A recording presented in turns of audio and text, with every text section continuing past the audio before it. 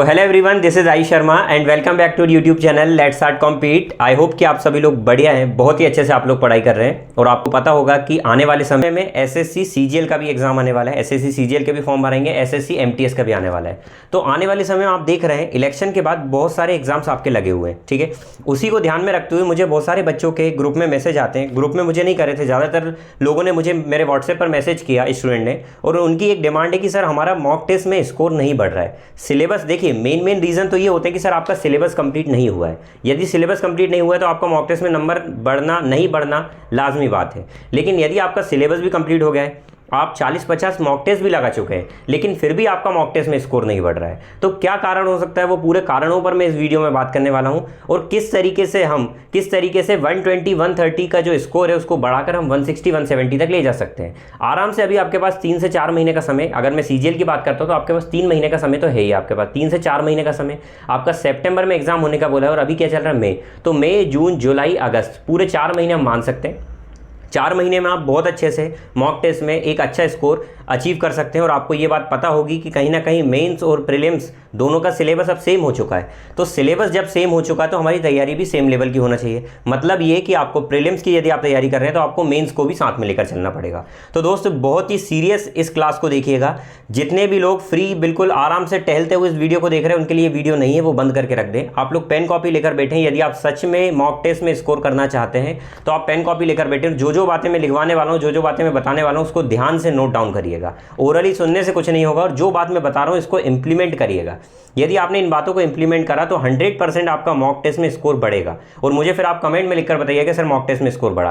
क्योंकि कहीं ना कहीं किसी भी एग्जाम की हम बात कर लेते हैं, आप कोई भी बैटल लड़ने जाए ना, तो उस बैटल से पहले आपकी प्रैक्टिस होना बहुत जरूरी है। और प्रैक्टिस होने से होता क्या है दोस्त, प्रैक्टिस होने से ये होता है कि जब आप प्रैक्टिस ज़्यादा कर लेते हैं ना, तो एक अलग से कॉन्फिडेंस आता है आपके अंदर, और वो कॉन्फिडेंस आपको और ज़्यादा स्कोर करने के लिए हेल्प करता है। कई बार हमारे अंदर कॉन्फिडेंस नहीं होता है ना, तो जो क्वेश्चन आते हुए भी हम नहीं कर पाते एग्जाम में। और कॉन्फिडेंस अगर होता है ना, तो जो नहीं आने वाला क्वेश्चन भी है ना, कॉन्फिडेंस के कारण वो क्वेश्चन के कंसेप्ट भी हमको समझ आ जाते हैं और वो क्वेश्चन करके आ जाते हैं, ठीक है। तो किस तरीके से आप मॉक टेस्ट में स्कोर कर सकते हैं इस वीडियो में मैं पूरा बताने वाला हूं। थोड़ा सा मेरा इंट्रोडक्शन मैं आपको दे देता हूं। आई होप कि मैंने आपको दे ही दिया होगा। मैं आयुष शर्मा, और मेरा सिलेक्शन एसएससी सीजीएल 2021 के थ्रू हुआ था। इससे पहले मैं आप लोगों को मैथ्स पढ़ाता था, अभी आपको मैथ्स पढ़ाता हूं, ठीक है। तो आई होप कि आपको ये वीडियो आपके लिए हेल्पफुल होने वाली है। अगर आप चैनल पर पहली बार हैं तो चैनल को सब्सक्राइब जरूर करें। यदि आपको हेल्प मिलती है तो बेल आइकन को हिट जरूर कर दें ताकि अगली वीडियो का नोटिफिकेशन आपके घर तक आ जाए। और वीडियो पसंद आता है तो लाइक जरूर करें, ठीक है। चलिए तो हम शुरुआत करते हैं। सबसे पहली बात कि सर हमारा मतलब क्या कारण है, आखिर क्या कारण है जिसके कारण हमारा स्कोर अचीव नहीं हो पाता है, एक डिसेंट स्कोर नहीं आ पाता है। सबसे पहले तो सर मैं ये बताता हूँ आपको कि मॉक टेस्ट क्यों जरूरी है। मॉक टेस्ट इसलिए जरूरी है, आप कितनी ही प्रैक्टिस कर लें, आपने मैथ्स कर लिया, आपने सभी सब्जेक्ट पूरे कंप्लीट कर लिए, लेकिन यदि आपकी प्रैक्टिस नहीं है ना, तो प्रैक्टिस नहीं होने से कहीं ना कहीं आप एग्जाम में हड़बड़ी में आपके अंदर कॉन्फिडेंस नहीं रहेगा, क्योंकि आपके लिए वो पूरा नया होगा। यदि मैं आपसे बोलता हूँ कि आपका कहीं पर किसी के साथ बैटल है, किसी के साथ लड़ाई, लेकिन मैं बताता नहीं हूँ कि किसके साथ आपके साथ बैटल है, किसके साथ आपका बैटल है, तो कहीं ना कहीं आपके अंदर कॉन्फिडेंस नहीं रहेगा। लेकिन मैं आपको बता दूँ कि किसके साथ आपकी लड़ाई होने वाली है और आपको पता रहे कि उसकी कितनी ताकत है, तो आप आराम से वो बैटल लड़ जाएंगे और आपके अंदर कॉन्फिडेंस भी रहेगा। उसी प्रकार से यदि आप किसी एग्जाम को देना चाहते हैं तो उसका जो मॉक टेस्ट होता है ना, वो मॉक टेस्ट से आप एक्चुअल उस एग्जाम की औकात पता लगा सकते हैं कि किस लेवल का एग्जाम आने वाला है। और इतनी प्रैक्टिस जब आप कर लेते हैं ना, तो वो जो एग्जाम होता है वो आपको एग्जाम नहीं लगता है, वो बैटल नहीं लगता है। लाइक आप जो प्रैक्टिस मॉक टेस्ट में करते हैं वही प्रैक्टिस की तरह आप एग्जाम को दिखा आते हैं, ठीक है। तो मॉक टेस्ट का बहुत बड़ा रोल है। हालांकि बहुत सारे स्टूडेंट ऐसे भी जिनने कम मॉक टेस्ट दिए और उनका भी सिलेक्शन हो जाता है, वो बात अलग है, वो एक्सेप्शन है। लेकिन अगर आप एक नॉर्मल व्यक्ति भाई नॉर्मली, तो आपको मॉक टेस्ट देना ही पड़ेगा। और मॉक टेस्ट कितने देना पड़ेगा उसके बारे में मैं बताता हूं। मॉक टेस्ट आपको कम से कम 150 के समथिंग आपको मॉक टेस्ट देना ही देना है, अलग अलग प्लेटफॉर्म के देना है। अब हम बात कर लेते हैं सर कि मॉक टेस्ट में स्कोर क्यों नहीं बढ़ता है, क्यों नहीं हमारे मॉक टेस्ट में 120-130 के ऊपर क्यों नहीं जाते हैं। किसी बच्चों के तो 90 तक ही मार्क्स आ रहे हैं। अभी सिलेबस कंप्लीट होने के बाद भी 90-100 के बीच में आपका मार्क्स वेरी कर रहे हैं। ऐसा क्यों हो रहा है, तो इस वीडियो में पूरी बात करने वाला हूं। चलिए हम शुरुआत करते हैं। सबसे पहली बात तो सर कि मॉक टेस्ट में स्कोर नहीं आने का कारण क्या है। तो इंपॉर्टेंट पॉइंट्स जो हो सकते थे वो पूरे मैंने इसमें लिखे हुए हैं।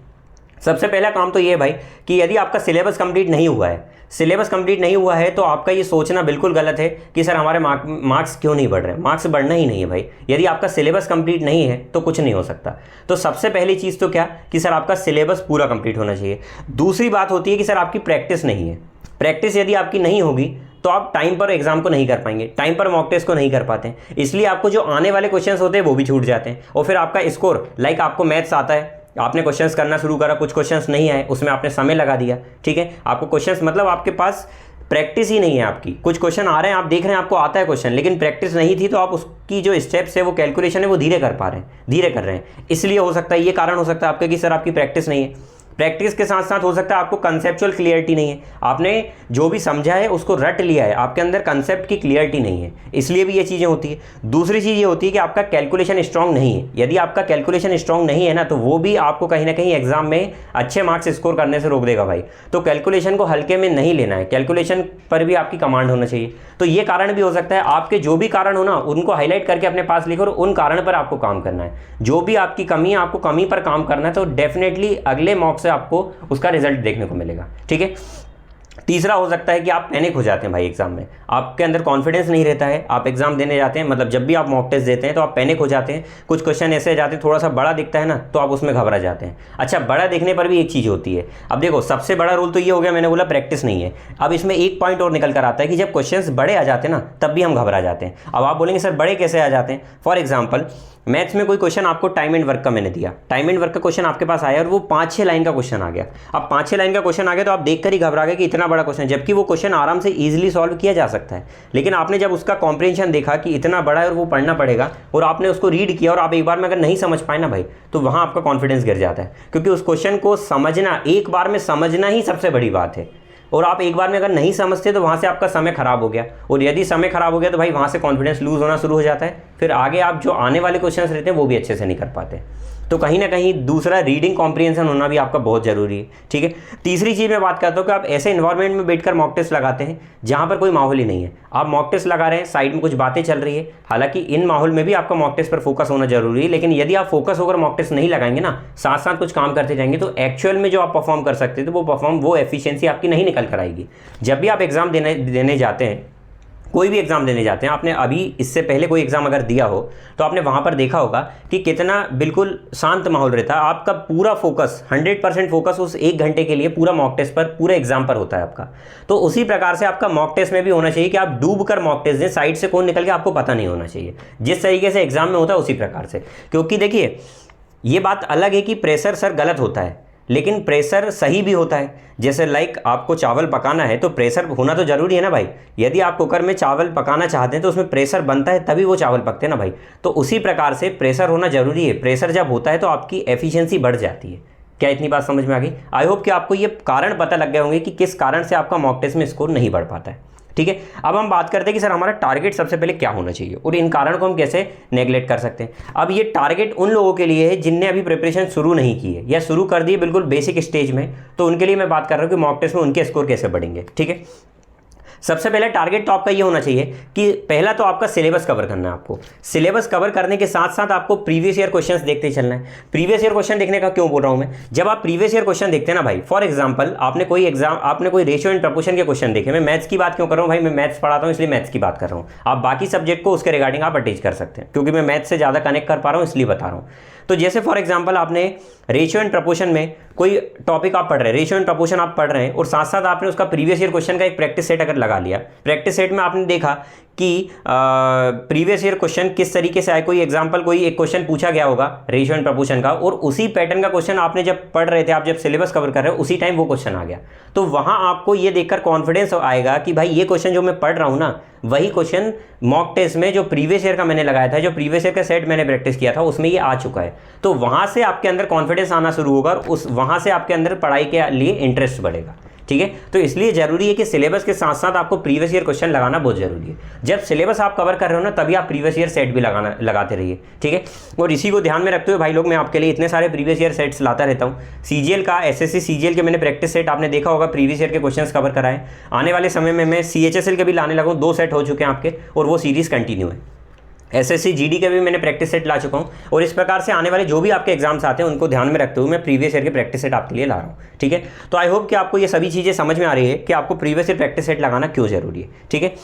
अब देखिए आगे आपको क्या करना है, आपका जो टारगेट है ना सर, हमारा टारगेट 90 से 130 140 ले जाना है, ठीक है। तो सबसे पहले तो 4 सब्जेक्ट होते हैं, मैथ्स, रीजनिंग, इंग्लिश, जीएस। तो मैंने पहली बात क्या बताई आपको कि सबसे पहले तो आपको उनका सिलेबस कवर करना है। सिलेबस कवर करने के साथ साथ आपको प्रीवियस ईयर मॉक टेस्ट लगाते रहना है। जब आप प्रीवियस ईयर लगाते रहेंगे तो प्रीवियस ईयर से आपको ये समझ में आएगा कि कौन सा क्वेश्चन इंपॉर्टेंट है, क्या पढ़ना है और क्या छोड़ना है, ये चीज़ें आपको समझ में आएगी। जब आप प्रीवियस ईयर टेस्ट लगाते हैं, आप देखते हैं भाई रेशियो में मैं ये टॉपिक कितने क्वेश्चंस प्रैक्टिस कर रहा हूँ, लेकिन प्रीवियस ईयर में तो ये क्वेश्चन देखने को ही नहीं मिल रहे हैं। तो आप वहाँ से दूसरी चीज़ें करना शुरू करेंगे। आप वहाँ से आपको ये समझ में आएगा कि क्या छोड़ना जरूरी है और क्या करना जरूरी है। आई होप कि आपको ये बातें समझ में आ रही होगी, ठीक है। 1 मिनट रुकिएगा। अब देखिएगा, आपने प्रैक्टिस कर ली, प्रीवियस ईयर क्वेश्चन से आपकी प्रैक्टिस चल रही है, साथ साथ आप सिलेबस भी कवर कर रहे हैं। अब सिलेबस कवर करने के साथ साथ आपको क्या करना है ना, जब आपको लगे कि सर 70% के समथिंग आपका सिलेबस कंप्लीट हो चुका है, 70% 60% भी अगर आपका सिलेबस हो जाता है ना, आपको प्रैक्टिस करना है सेक्शनल मॉक से। सेक्शनल मॉक से क्यों करना है, क्योंकि आप जब सेक्शनल मॉक लगाते हैं ना, क्या होता है ना, बहुत सारे बच्चे ये गलती करते हैं कि डायरेक्ट सिलेबस कवर होने लगा और वो डायरेक्ट मॉक टेस्ट पर आ जाते हैं, रियल मॉक टेस्ट पर आ जाते हैं। अब उससे होता क्या है कि वहाँ पर आपको 4 सब्जेक्ट आते हैं। अब चारों सब्जेक्ट में आपका माइंडसेट होना चाहिए, ठीक है। अब चारों सब्जेक्ट के अकॉर्डिंग आपको माइंड चेंज करना है। पहले तो मैथ्स के लिए आपको अलग माइंडसेट होना चाहिए, फिर रीजनिंग के लिए अलग और फिर जीएस के लिए अलग। तो इस तरीके से आपको माइंडसेट चेंज करना पड़ता है। तो उस टाइम जब मॉक टेस्ट में नंबर अच्छे स्कोर नहीं आते ना, तो फिर आप डीमोटिवेट होने लगते हैं। तो इसलिए मेरा आपसे कहना है कि जब भी आप शुरुआत करते हैं ना, तो प्रैक्टिस आपको करना जो करना है वो सेक्शनल मॉक से शुरुआत करना है। सेक्शनल मतलब क्या कि मैथ्स का आपको अलग पहले सेक्शनल लगाना है, उसमें देखना आपको पहले मैथ्स में पूरी प्रैक्टिस कर लेना टॉपिक वाइज, उसके बाद रीजनिंग, इंग्लिश और जीएस, इस तरीके से पूरे टॉपिक वाइज प्रैक्टिस करते चलना है। और फिर आपको रियल मॉक टेस्ट पर आना है। और प्रीवियस ईयर मॉक टेस्ट तो आपको लगाते ही रहना भाई, हर 2-3 दिन में एक खेल की तरह आप कर लीजिए बिल्कुल, कि चलते फिरते प्रीवियस ईयर मॉक टेस्ट लगा रहे हैं। प्रीवियस ईयर क्वेश्चंस बहुत इंपॉर्टेंट है, वहीं से आपका पूरा सिलेबस कवर होता है। मैं बोलता हूं कि यदि आप पिछले 10 साल के अगर प्रीवियस ईयर क्वेश्चंस कर लेते ना भाई, तो पूरा सिलेबस ही कवर हो गया, क्योंकि हर पैटर्न के क्वेश्चंस आते हैं और वहाँ से आपको समझ में आ जाएगा क्या आ रहा है क्या नहीं आ रहा है। हम कई बार ऐसा होता है कि भाई कुछ पैटर्न्स ऐसे होते हैं जो पैटर्न बहुत ही रेयर आते हैं एग्जाम में, बहुत रेयर पूछे जाते हैं, हम उनमें उनकी प्रैक्टिस करते रहते हैं, उसके 200-400 क्वेश्चन सॉल्व करते रहते हैं, लगे रहते हैं उन्हीं में प्रैक्टिस करने के लिए। लेकिन जब हम प्रीवियस ईयर क्वेश्चन करते हैं ना, तो वहाँ से ये समझ में आता है कि ये क्वेश्चन तो कभी आ ही नहीं रहे भाई। हमने देखा कि 4-5 साल से हम इतने सारे प्रैक्टिस सेट कर चुके हैं, एक ही बार आया, तो वहाँ से हमको समझ में आता है कि ये क्वेश्चन छोड़ना है। तो इसलिए जरूरी है प्रीवियस ईयर मॉक टेस्ट देना। आई होप कि आपको ये समझ में आ रही होगी बात। दूसरी बात मैंने आपको प्रैक्टिस करने का क्या बोला कि आपको सेक्शनल मॉक से करना, वो बात भी आपके भेजे में चली गई होगी। अब चलिए अगली बात करते हैं। देखिए, जब भी आपके जो भी वीक टॉपिक्स होते हैं ना, अब क्या होता है ना, जब हम प्रैक्टिस करते हैं तो आपको जब भी प्रैक्टिस करेंगे आप, तो आपको वहाँ पर समझ में आएगा। लाइक आपने सेक्शनल मॉक लगाया एलजेब्रा का, अब एलजेब्रा में आपको समझ में आ गया कि भैया इस पॉइंट पर ये फॉर्मूले में भूल रहा हूँ, तो जो चीज़ आपको नहीं आ रही है ना, उसको आपको कंप्लीट करना है। आपने देखा कि एलजेब्रा में कोई आइडेंटिटी है, वो आइडेंटिटी आप भूल गए। अब क्या करना है आपको, सबसे पहला काम होना चाहिए वो आइडेंटिटी को इस तरीके से करना कि अगला जब मैं सेक्शनल मॉक दूं तो वहाँ पर वो आइडेंटिटी वाला क्वेश्चन मुझसे ना छूटे। जो गलती हो रही है उस पर काम करना सीख जाओ दोस्त। जीवन में जो गलती करी है उसको सुधार लो। जो गलती एक बार हो गई उसको दोहराना नहीं है, और दूसरे की गलती से सीख लो। बस ये 2 चीज़ आपने गोल्डन स्टेटमेंट अपनी लाइफ में ले आए ना भाई, तो बिल्कुल जे कर्व की तरह आपकी ग्रोथ हो जाएगी। ठीक है, चलिए तो अगली बात करते हैं। मैंने आपको बता दिया कि सिलेबस कंप्लीट करना है, दूसरा आपको प्रैक्टिस करना है, और प्रैक्टिस के साथ साथ आपको सेक्शनल मॉक टेस्ट लगाना है, प्रीवियस ईयर लगाना है, और उसके बाद फिर आपको मॉक टेस्ट पर आना है। अब देखिए ध्यान से सुनिएगा, जब भी आप मॉक टेस्ट देना शुरू करते हैं तो मॉक टेस्ट आपको एक प्लेटफॉर्म का नहीं देना है, आपको मल्टीपल प्लेटफॉर्म के देना। अब ऐसा क्यों बोल रहा हूँ मैं, देखिए बहुत सारे मल्टीपल प्लेटफॉर्म है, मैं उनके नाम नहीं लेना चाहता हूँ, आपको सभी को पता है बहुत सारे फेमस प्लेटफॉर्म है जहाँ पर मॉक टेस्ट चलते हैं। तो आप किसी भी का भी मॉक टेस्ट, लाइक मैं बोल ही देता हूँ, लाइक टेक्स्ट बुक का आप मॉक टेस्ट लगाते हैं तो टेक्स्ट बुक का मॉक टेस्ट लगाइए, उसके बाद ओलिव बोर्ड का भी होता है, सुपर मॉक का भी होता है, ठीक है, और अभिनय मैथ्स पर भी सर ने मॉक टेस्ट निकाले। तो ऐसे बहुत सारे मॉक टेस्ट हैं, तो आपको जो भी मॉक टेस्ट लगते हैं उनके आपको देखना, आप जाकर उनमें मॉक टेस्ट में वहाँ पर एक एक सैंपल दिए होते हैं, आप वो सैंपल देखकर जो आपको सही लगता है कि इसके मॉक टेस्ट सही है, उनके आप परचेस कर लीजिए। लाइक टेक्स्ट बुक के तो सभी कोई परचेस करते हैं, आप ओलिव बोर्ड का भी लीजिए। एक ओलिव बोर्ड का जो लेवल होता है वो अच्छा होता है, ओलिव बोर्ड का जो टेस्ट होता है, मॉक टेस्ट होता है, उसका लेवल अच्छा होता है टेक्स्ट बुक के कंपेयर में। तो टेक्स्ट बुक का लगाइए, साथ साथ ओलिव बोर्ड का, और लाइव जो टेस्ट चलते हैं ना ओलिव बोर्ड के, उसको जरूर करिए भाई। उसमें जो ऑल इंडिया रैंक आती है ना, वहाँ पर जो आप सीरियस होकर जो एग्ज़ाम देते हैं ना, वो बहुत ज़रूरी है। ठीक है, उससे बहुत हेल्प मुझे भी मिली थी, इसलिए मैं आप लोगों को बता रहा हूँ। ठीक है, तो मल्टीपल प्लेटफॉर्म से आपको मॉक टेस्ट देना है। उसके बाद कोई भी टारगेट पहले से मत सोचा करो दोस्त। कई बार क्या होता है ना कि हम कोई एग्जाम में बैठे, कोई मॉक टेस्ट देने के लिए बैठे, हम टारगेट सोचते हैं कि यार आज के में तो मैं 140 या 130 या 140 या 145 लाऊंगा, उसके बाद हम लग जाते हैं उसको करने के लिए। जब उतना स्कोर नहीं होता है ना तो फिर डिमोटिवेशन होता है।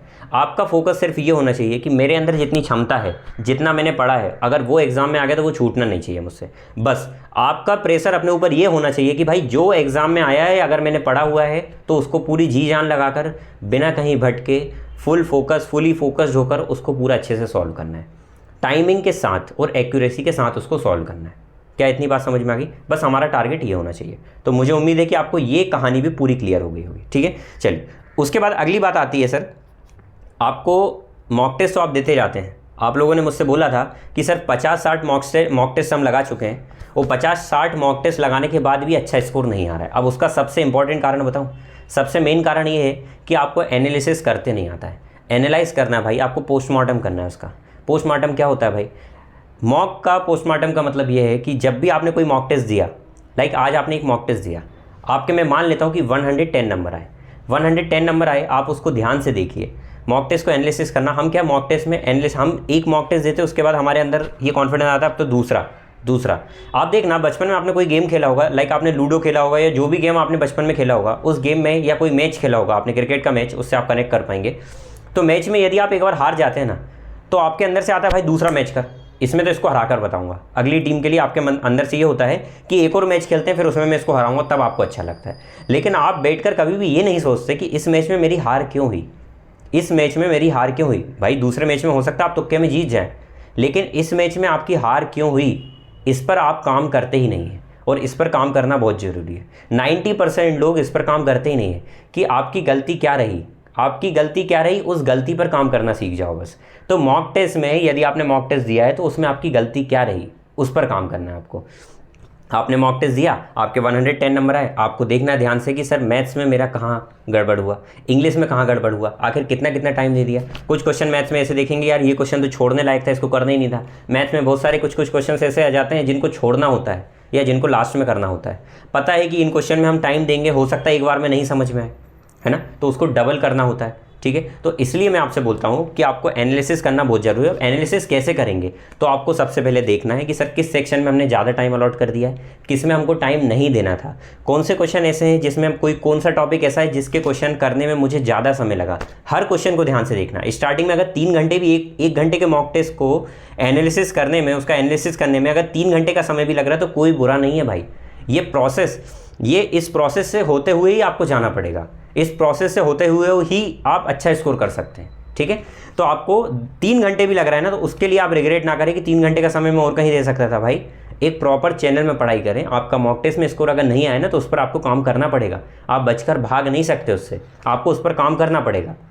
तो आपको देखना है कि कहाँ पर आपका स्कोर नहीं आया, किस टॉपिक में आप वीक थे, कहाँ पर कैलकुलेशन के कारण आपका मार्क्स नहीं आए, तो कैलकुलेशन पर काम करना है। कौन सा टॉपिक आपका वीक रह गया उस पर काम करना है। देखना है कि वोकेब में ऐसा तो नहीं था कि कोई वोकेबलरी जो मुझे आती थी फिर भी मैं नहीं कर पाया, भूल गया, तो अपना रिवीजन करना है। कोई ऐसा तो नहीं कि नई वोकेब सारी मुझे नहीं पता है, अगर ऐसी है तो उनको नोट डाउन करना है। कोई ऐसा क्वेश्चन तो नहीं है मैथ्स में कि मैंने रेशियो एंड प्रोपोर्शन तो पूरा पढ़ लिया था लेकिन ये नए पैटर्न का क्वेश्चन देखने को मिला। नए पैटर्न का क्वेश्चन देखने को मिला ना तो उसको एक कॉपी में लिखो, एक मॉक टेस्ट की सेपरेट कॉपी बनाओ और हर मॉक टेस्ट को उसको डीपली एनालिसिस करो। समझ में आ रही बात? ज़्यादा समय नहीं लगता भाई, स्टार्टिंग में 2-3 घंटे का समय लगता है, मुझे भी 3-3 घंटे लगते थे, लेकिन वो टाइम कम होते होते, क्योंकि जब आप करेंगे ना हर मॉक टेस्ट को इस तरीके से एनालिसिस करेंगे तो अगले मॉक में वो गलती होने के चांसेस कम हो जाएंगे। और हर बार तो गलती होना पॉसिबल नहीं है। अब आपने आज जो गलती करी कल वो सुधरती जाएगी। जब हर मॉक में कुछ ना कुछ गलती सुधरती जाएगी तो एक समय ये होगा ना भाई कि आप क्रीम निकल कर आएंगे ना, आपको सब चीज़ें आने लगेंगी। तो इसलिए मेरा आपसे बोलना है कि आप जो भी गलती एक मॉक टेस्ट में करते हैं अगले मॉक टेस्ट में वो गलती रिपीट बिल्कुल भी नहीं होना चाहिए। ठीक है, तो आई होप कि आपको ये बातें भी पूरी समझ में आ गई होगी। उसके बाद मैंने और पॉइंट लिखे वो भी मैं बता रहा हूँ आपको। क्वेश्चन को स्किप करना सीखिए। स्किप करना कैसे? कुछ क्वेश्चन हमको ऐसे एग्जाम में दिखते हैं जिनको एक्चुअल में देखकर लग जाता है कि यार ये क्वेश्चन हम कर तो सकते हैं लेकिन इसमें समय लगेगा। जब ऐसा लगे ना भाई तो जितना जल्दी आप छोड़ दोगे ना उतना सही है। उसको तुरंत छोड़कर और आगे बढ़ जाओ, तुरंत छोड़कर उसको आगे बढ़ जाओ, अगले क्वेश्चन पूरे सॉल्व करो। लास्ट में माइंड में ये रखना कि वो क्वेश्चन मैंने छोड़ा है, तो उसके लिए समय निकालना है। हम क्या करते हैं, स्टार्टिंग में मेरे साथ भी ये होता था, कुछ क्वेश्चन मैं छोड़ना सीख गया था, आगे जाता था और लास्ट तक समय नहीं बचता था क्योंकि मैं उस क्वेश्चन को भूल जाता था कि मैंने छोड़ा हुआ है। तो उस क्वेश्चन को छोड़ना है ये माइंड में रखते हुए कि मेरे को फटाक से कंप्लीट करके डबल आकर उसको सॉल्व करना है। तब छोड़ना है। तो उस क्वेश्चन को छोड़ना है और आगे डबल रिपीट करके उसको करना है, तब तक आपके माइंड में ये रहेगा कि मेरे पूरे क्वेश्चन सॉल्व हो गए, अब जो छूटे हुए वो करना है। तो वहाँ से एक अलग कॉन्फिडेंस में आपको उस क्वेश्चन को जब देखते हैं ना भाई, तो एक अलग एनर्जी में आप जब देखेंगे उसको, तो उस क्वेश्चन को करने के चांसेस ज़्यादा हैं। अगर आ गया तो बहुत अच्छी बात है, नहीं आया तो कोई रिग्रेट नहीं। लेकिन अगर स्टार्टिंग में वो क्वेश्चन नहीं आता तो आपका कॉन्फिडेंस लूज हो जाता और आने वाले जो क्वेश्चन थे, आगे जो ईजी क्वेश्चन थे, वो आप नहीं कर पाते। ठीक है, तो आई होप कि आपको ये समझ में आ गया होगी, स्किप करना है क्वेश्चन को। ठीक है, उसके बाद आपका जो मेन जो मैं बता रहा हूँ कि कंसेप्चुअल क्लियरिटी होना चाहिए आपको, वीक पॉइंट पर आपको करना है। ठीक है, उसके बाद कैलकुलेशन पर आपको करना है। एक पॉइंट और मैं बताना चाहता हूँ, रीडिंग। मैंने आपको स्टार्टिंग में ये बात बोली थी कि भाई रीडिंग का होना भी बहुत जरूरी है। कुछ क्वेश्चन हम पढ़ते हैं ना तो एक बार में समझ में नहीं आते, जब एक बार में समझ नहीं आते ना तो भाई स्कोर अच्छा आना ही नहीं। क्वेश्चन को एक बार में समझना ही बहुत बड़ी बात है, और वो समझ में कैसे आएगा, स्किल डेवलप करना पड़ेगा, रीडिंग स्किल। रीडिंग स्किल कैसे होगी भाई, जब आप प्रैक्टिस करेंगे, बार बार क्वेश्चंस पढ़ेंगे। फॉर एग्जांपल मैथ्स का क्वेश्चन है, बड़े बड़े क्वेश्चंस जब आप पढ़ते हैं ना, हमारी क्या आदत होती है ना, आजकल मैं देख रहा हूँ बच्चे प्रैक्टिस कैसे करते हैं, वीडियो के लिए ईयरफोन लगाते हैं, वो वीडियो चल रही है, सर प्रैक्टिस कर रहे हैं, फटाफट प्रैक्टिस कर रहे हैं। लाइक मैं आपको प्रीवियस ईयर क्वेश्चन प्रैक्टिस करा रहा हूँ, आप ईयरफोन लगाकर मेरी वीडियो देख रहे हैं और आप मैं सॉल्व कर रहा हूँ और आप उसको देखकर सॉल्व करके फिर लिखते जा रहे हैं। मैं हमेशा से ये बोलता आया हूँ भाई कि यदि आपको वो क्वेश्चन आते हैं, आप देख रहे हैं कि ये क्वेश्चन मुझे आता है, वीडियो को वहीं पॉज करो और खुद से पहले सॉल्व करो, खुद समझो क्वेश्चन को, खुद से सॉल्व करो, फिर टीचर क्या समझा रहा है उसको समझो। ऐसा करने से होगा क्या कि आपकी भी आदत डेवलप होगी ना भाई। आप क्या करते हैं ना कि टीचर लोगों को देखते हैं, आप मुझे देख रहे हैं, आप मेरी वीडियो देख रहे हैं, मैं पढ़ा रहा हूँ आपको, मैंने आपको क्वेश्चन सॉल्व कराया, आपने देख लिया, सीख गए, आपको लगता है ये तो आता है। भाई आपने, वो तो मुझे आता था तो मैंने आपको समझाया, आपने वो समझ लिया। मैं क्यों समझा रहा हूँ आपको क्लास में आकर, ताकि आपको समझ में आए। यदि आपको कोई क्वेश्चन नहीं आया तो आप वो समझ लें। अब आप क्या करते हैं, आपको समझ में, खुद से समझना ही नहीं चाहते। अपने आप को हैंडीकैप मत बनाओ, जितना हैंडीकैप बना लिया उतना बहुत है। अपने आप को हैंडीकैप मत बनाओ, खुद से समझने की कोशिश करो कि कोई क्वेश्चन अगर नहीं आ रहा है तो उसमें कहाँ पर क्या पॉइंट है जहाँ पर नहीं आ रहा है मुझे, उस क्वेश्चन को वहीं पर रोको, वो पॉइंट वहीं पर रोको, वीडियो को पॉज करो, उस क्वेश्चन को पूरा समझो, अपने लेवल पे करो, और फिर नहीं आता तो देखो, समझ में आ जाता है फिर भी उसको देखो कि अब सर कोई नए तरीके से तो नहीं बता रहे। तो बोलने का मतलब ये है आपसे भाई कि जब भी आप करें तो रीडिंग एबिलिटी इसी प्रकार से डेवलप होगी। ज़्यादा से ज़्यादा क्वेश्चन प्रैक्टिस करें, इंग्लिश के लिए रीडिंग करें, कुछ भी रीडिंग करें भाई, इंग्लिश या हिंदी। देखिए हिंदी तो नहीं कर सकते, यदि आप इंग्लिश में रीडिंग एबिलिटी बढ़ाना चाहते हो तो उसके लिए इंग्लिश ही रीड करना पड़ेगा। तो आपसे बोलना ये है कि इंग्लिश को स्ट्रॉन्ग करने की ज़रूरत है। मैं ये नहीं बोलता हूँ कि आप अपनी हिंदी मातृभाषा को छोड़कर इंग्लिश में ही लग जाएँ, लेकिन इंग्लिश करना भी बहुत ज़रूरी है। बिना इंग्लिश के भी काम नहीं होगा, क्योंकि हर एग्जाम में, मैक्सिमम एग्जाम में इंग्लिश आने लगी है। ठीक है, और इंग्लिश यदि आपके एग्जाम में नहीं भी आती है भाई तो आगे तो काम आएगी। तो आई होप कि आपको ये समझ में आ गई है। और सबसे लास्ट में एक पॉइंट बोलूँगा भाई कि अपने ऊपर विश्वास रखें, ट्रस्ट खुद पर रखें। यदि आपका ट्रस्ट खुद पर है ना कि आप निकाल लेंगे, कोई बड़ी बात नहीं एसएससी सीजीएल निकालना या एसएससी सीएचएसएल निकालना, एसएससी एमटीएस निकालना, या कोई भी एग्जाम। आप बोलेंगे सर आप तो निकाल चुके इसलिए ऐसी बातें कर रहे हैं। मैं ऐसी बातें बिल्कुल नहीं कर रहा हूँ भाई, ऐसी बातें इसलिए बोल रहा हूँ आपसे, मुझे पता है मैं निकाल चुका हूँ इसलिए ये बोल रहा हूँ। आपके लेवल पर आकर ये बोलना थोड़ा सा टफ होगा, लेकिन ट्रस्ट करिए मेरी बात पर। जिस रास्ते पर आप चल रहे हैं ना वो रास्ता है तो टफ, थोड़ा सा टफ है, लेकिन मुश्किल नहीं है, मुश्किल बिल्कुल भी नहीं है। आप बहुत ही ईजिली अचीव कर सकते हैं। आपके साथ कुछ अलग नहीं हो रहा है, 90, 120, 110 स्कोर कर रहे हैं तो कुछ अलग नहीं हो रहा है। ये नॉर्मली जो लोग प्रिपरेशन करते हैं उनके साथ होता है। तो यदि आपके साथ भी ये हो रहा है तो कोई बड़ी बात नहीं है, आने वाले समय में आप भी स्कोर कर लेंगे। ठीक है, तो जो बातें मैंने आपको बताई, मुझे उम्मीद है कि आपने ये सब बातें लिखी होगी। किस तरीके से आपको मॉक टेस्ट देना है, सेक्शनल मॉक टेस्ट पर ज़्यादा फोकस करें। Sectional mock test, previous year mock test, उसके बाद मेन मॉक टेस्ट पर आए। मॉक टेस्ट को एनालिसिस करना बहुत ज़रूरी है, हर क्वेश्चन को लिखें। जीके जीएस में बहुत सारे नए क्वेश्चंस देखने को मिलते हैं, उनका डीप एनालिसिस आप देखते हैं, नीचे सॉल्यूशन दिया होता है ना, वो पूरे सॉल्यूशन को याद करें, पूरे सॉल्यूशन को लिखें। आपको दिया गया कि भैया असम में इनमें से कौन सा नेशनल पार्क है, आपने देखा कि ऑप्शन में तो सभी नेशनल पार्क के बारे में बता दिया, तो वो पूरे नेशनल पार्क सीखो ना भाई। हो सकता है आपके एग्जाम में असम का नहीं दूसरी जगह का आ जाए और वो उस ऑप्शन से आ जाए। ठीक है, तो जीएस तो अथाह समुद्र है, तो उसको सीखना तो बहुत ही ज़रूरी है। तो यही मेरा आपसे बोलना रहेगा, सिलेबस को पूरा कंप्लीट करें, करंट अफेयर को साथ में लेकर चलें। करंट अफेयर का वेटेज अच्छा खासा हो गया तो करंट अफेयर को साथ में लेकर चलें, करंट अफेयर को स्किप नहीं कर सकते। तो आई होप कि आपको ये पूरी बातें समझ में आ गई होगी। ये जो पूरे पॉइंट्स लिखे थे भाई, जो सिलेक्टेड स्टूडेंट्स हैं ना, जो मेरे टच में, जो मेरे साथ में जिनका मेरे सिलेक्शन हुआ था, उन सभी से पूछकर ये पॉइंट्स मैंने लिखे थे। आई होप कि ये पूरे पॉइंट्स मैंने आपको क्लियर कर पाया हूँगा। यदि आपको ये वीडियो अच्छा लगा हो भाई तो कमेंट में लिखकर बताइए। नेक्स्ट वीडियो आपको, आपकी क्या प्रॉब्लम है, कमेंट बॉक्स में लिखकर बताइए। और हमारे चैनल के साथ, अपने चैनल के साथ इसी प्रकार से अपना प्यार बनाए रखें। मिलते हैं अगली क्लास में इसी उत्साह उमंग के साथ। तब तक के लिए जय हिंद, वंदे मातरम।